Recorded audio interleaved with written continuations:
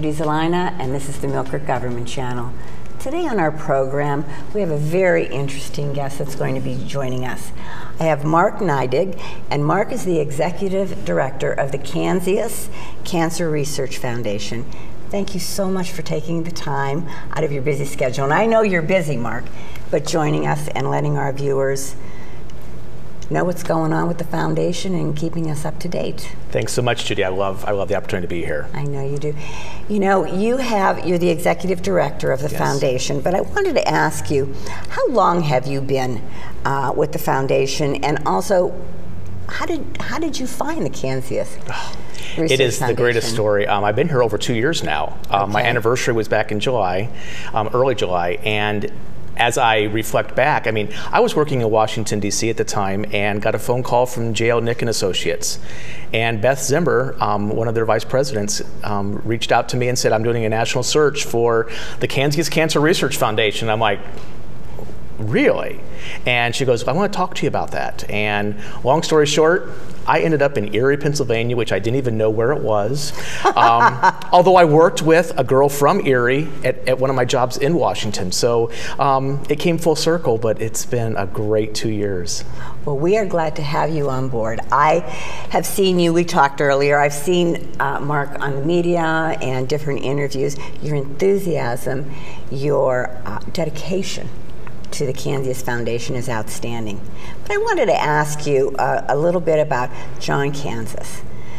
Tell me about how he realized this dream. Sure. How did this come about? You know, I wish so badly I could have met John Kanzius. You know, I frequently am with Mary Ann, his surviving spouse, and his daughters, many friends, and as I tell the message, you know, I can't help but think of a figure that had such tenacity and drive and passion. It's easy to do what I do, although it's the most challenging job I've ever had. John, going through his own treatments for cancer, he had a rare form of B-cell leukemia, over 30-some chemotherapy treatments, mostly at MD Anderson down in Houston, Texas.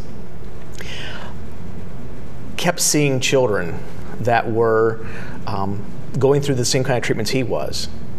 And as I so often say, you know, we know what a child with energy and vivacious and the drive of life is all about. Yes, we do. And he watched them just dwindle to a lifeless being trying to grasp for that last breath.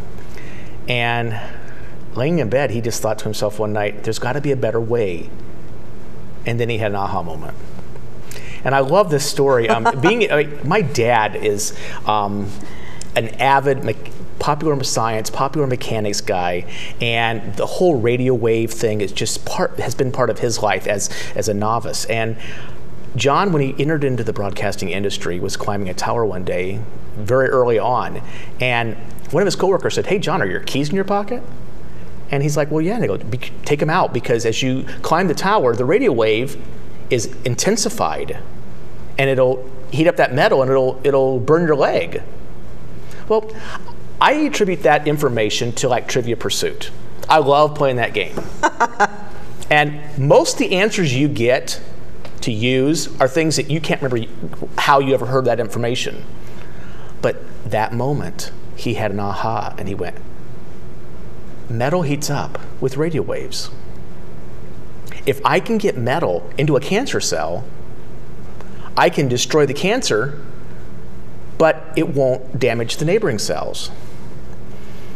And so, as so many of us are aware of, having seen the story on 60 Minutes or on the local news, Mary Ann, bless her heart, finds John out in the other part of the house with a hot dog and a pie pan, cutting it up and creating this crude device that he said, I can kill cancer. Oh my gosh.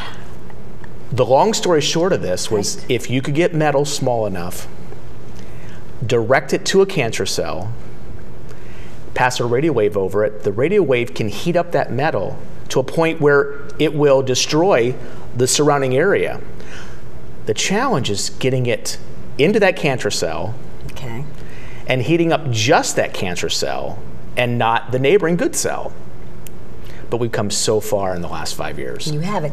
This treatment that you're talking about, he was so excited about destroying cancer cells without side effects, correct? Right. That's right. And that's the big thing, because right now we are treating cancer, and I know, we talked, I am a cancer survivor. Yeah. I have gone through the chemotherapy.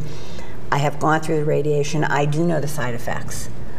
They're terrible, and it's no reflection upon the medical community. No, it isn't. The clinicians, the doctors, the oncologists. It is. They're doing the best they can. Yes. But it's not good enough. And you know, I get really frustrated with research monies that go to find a better drug. That's what you were saying. Yes. Because that's not good enough. You don't want drugs. We don't want anything that's toxic, anything that will destroy the life, the quality of that life, the good. It can be done, but it takes time and it takes money. Yes, it does. Yeah, and I'll tell you, so that brings us to the foundation. Mm-hmm. Tell us a bit about the foundation and your mission.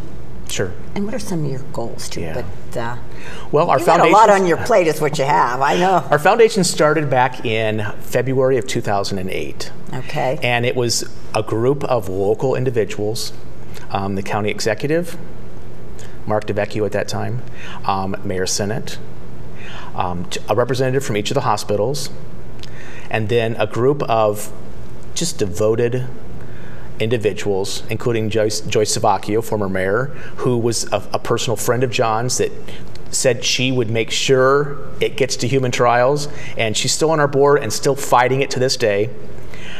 But these people got together and said, we've got to create awareness.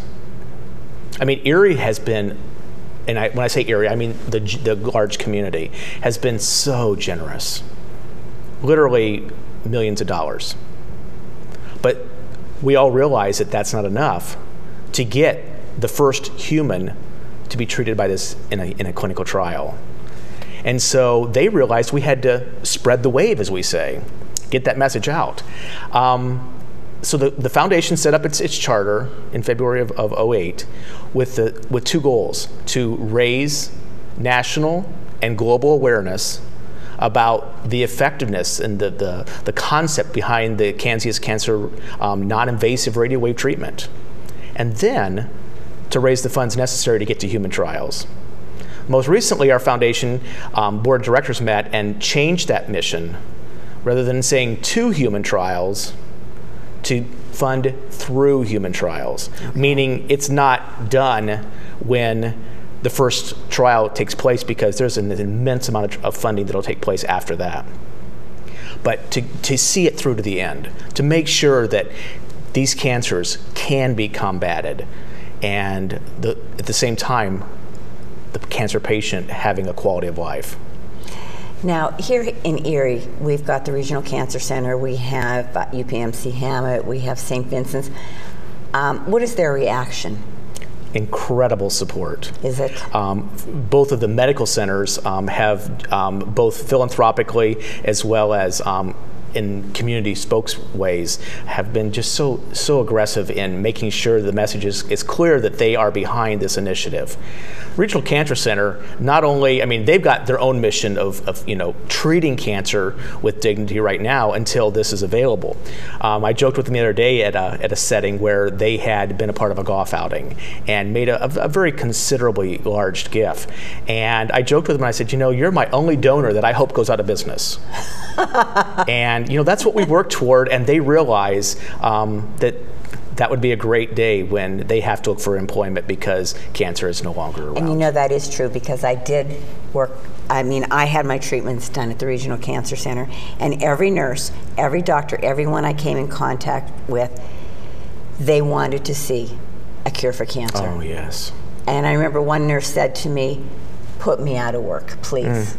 Please, that would make my day, because it's difficult for them too. As you said, there's children involved. Absolutely. And I can understand where John was coming from when you see the children. It's very, very difficult, or any loved one. I know cancer patients, as they deal with cancer, are always looking for a better way, but it's the people that are on the sidelines that observe, comfort, help through these days, that they're the ones that are really driving this project. Are they really? I mean, I know it's what gets me up in the morning and what keeps me up at night. Okay. Because I hear these stories of people that says, please, can you hurry? Please, move this along. Please, use me as a guinea pig. I don't want to see my loved one go through what they're going through. See. Yeah. Oh. Well, how far are you? I mean, like I said, we hear little snippets on the news. Yeah. I know you're working with Dr. Curley Right. through MD Anderson. So how far are you? Well, we have come so far. I mean, yes, I know that. I've been here 2 years, and I have seen such a leap and bound. Really? When John passed in February of '09, they had just started the process of really starting to see things take place and happen, and several publications had taken place. Okay. To get the FDA approval, which is required to begin human trials, they demand publications, and that is the findings from the laboratories to be explained, validated, and then peer-reviewed. Experts in the field looking at it and saying, that makes sense, that's accurate. You didn't taint any of the details. It's exactly right on. Now, the challenge that the researchers had at the beginning, they've never done radio wave treatments non-invasively. There were no experts in nanotechnology. And so there had to be a time where they created, I mean, people had to learn and become an expert to be able to review the manuscript to say, okay, it makes sense. So that's where one of the big challenges came in. Absolutely, oh my yes. goodness. And really, I've even seen that transform in the last 2 years. But in addition to that, the research continues to expand. As you mentioned, Dr. Curley and his team, now of 17 staff workers, I mean, working endlessly. I mean, I'm talking 12 and 14 hours a day, 6 days a week on the project that we fund and other donors around the country fund. Then we've got Dr. Geller, David Geller, who's in Pittsburgh at the University of Pittsburgh Medical Center, doing a liver study that we were able to fund. And we're seeing some incredible progress with that. Then most recently, we were notified that a group from University of California, Davis, has been doing research. And they have been following John's work, originally with the water concept, but then translated it into cancer treatment because these bioengineers looked at this and said, there is validity for cancer treatment. And they specialize in breast, throat, brain cancers. So I mean, very exciting stuff, but what they did was duplicated John's idea and have validated from the outside. In fact, Dr. Cruz, who's the primary investigator for this project, said, I just wanted to be the first person outside the project to prove that John was right. Oh my goodness. And so how exciting. I got goosebumps. I mean, what this means to the research is that there's more credence. It's not just the good old boys inside. Right, it's not just here. Now you've got someone saying, wait a minute, let me see here. And they're saying, holy cow, they're right. Exactly. I like exactly. that. Oh. And so what that does is that speaks volumes about where we can move next.